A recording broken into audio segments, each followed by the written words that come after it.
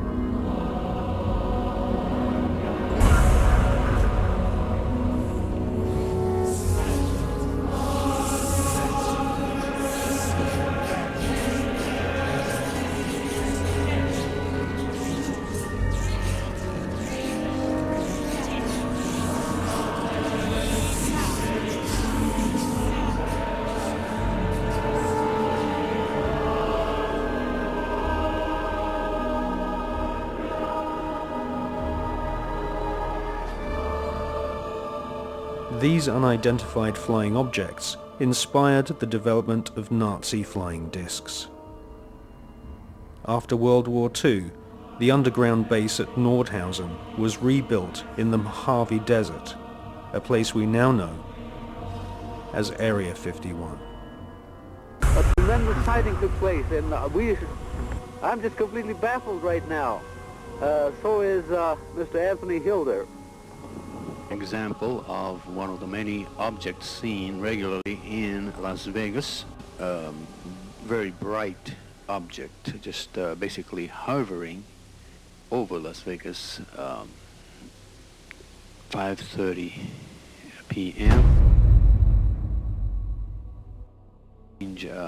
Cylindrical object, a craft. We believe it could be some kind of an observation platform.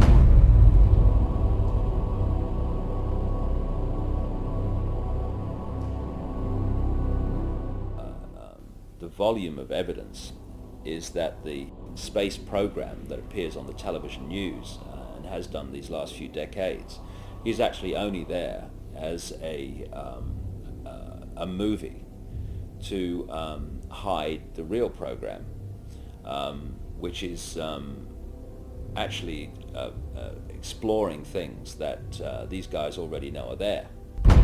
There's this secret agenda in which advanced knowledge that people in general never hear is passed on to the chosen ones that are chosen to have this information and to move it through the generations. The agenda for centralized control and all that stuff. And then there's the movie, which is there to hide all that. And the movie is the official version of events that pours out of the television. They're being sold a cover story to hide what's really going on, not just in terms of the space program, but in every area of our lives. I mean, what is the more classic and obvious cover story than weapons of mass destruction, we've got to go and get them? And clearly, you know, we see it was a cover story now. If you had a brain, you could see it was before. I've said in my latest book, Tales from the Time Loop, that we're looking at the Fourth Reich. And then I put under that brackets, or a continuation of the Third, which never ended. People have no idea, the general population, because no one tells them, of the fundamental connections between the Nazis. The people now think, oh yeah, the Nazis have gone, and the American administration. First of all, the Nazis were funded out of Britain and America. Why is it that they were taking their wages home in wheelbarrows during the Weimar Republic? Germany was in economic catastrophe. A few short years later, they have a war machine that's taking on the world. How did this come about? Anyone else? Well, let's ask the Bush family.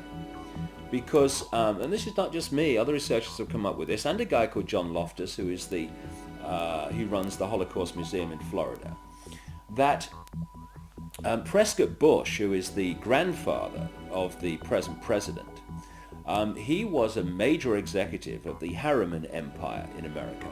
And they had a company called the Union Banking Corporation, the UBC, which interfaced with the banking and steel empire in Europe of a guy called Fritz Thyssen, who was named at places like the Nuremberg trial and elsewhere as a major funder of Adolf Hitler and the Nazis.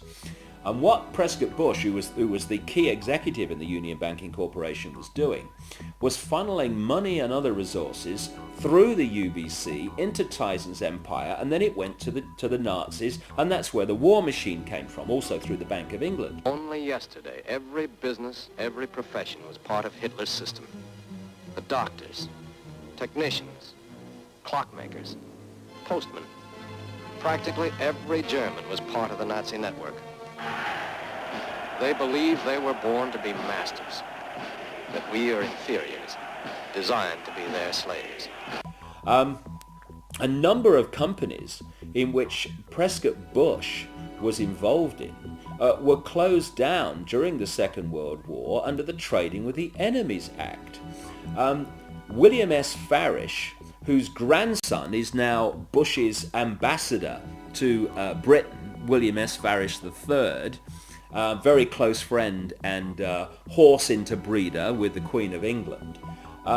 His grandfather, William S. Farish, was president of Standard Oil, the Rockefeller Oil Company, when it was exposed as supplying the Nazis with oil during the Second World War, while they were supposedly in conflict with America.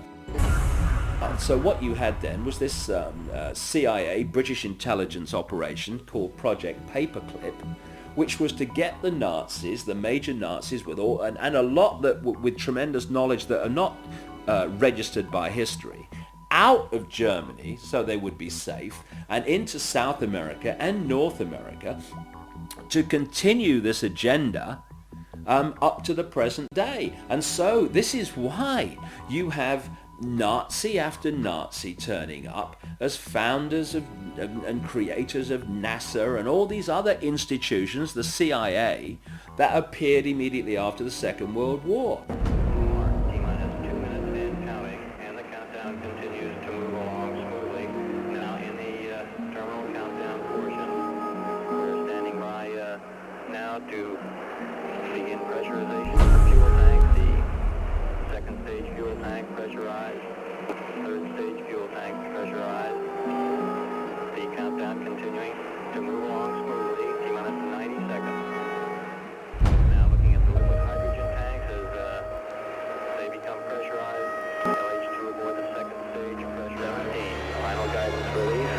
We'll expect engine ignition at 8.9 seconds.